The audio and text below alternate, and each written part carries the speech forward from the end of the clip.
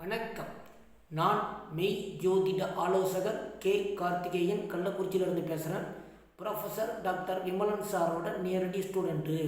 இன்றைக்கு நாம் பேச போகக்கூடிய முக்கிய தலைப்பு உத்திரகாலாமிர்தம் என்னும் நூலில் 9ஆம் பாவத்தை பற்றி என்ன சொல்லியிருக்கிறது என்று நான் பார்க்க போகிறோம். தர்மம்,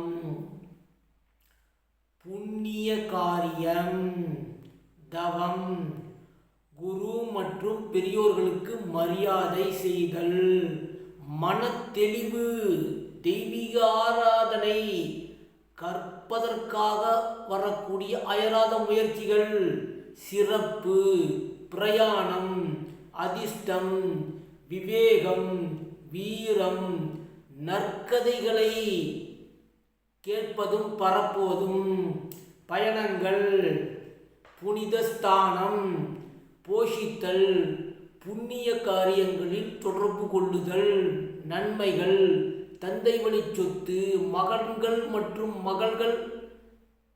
இதுதான் அஷ்ட ஐஸ்வர்யங்கள். குதிரை, யானை, எருமைகள், பட்டாபிஷேகம், கோயில், பிரம்மஞானம், வேதச்சடங்குகள், தியாகம், பணப்பழக்கம்.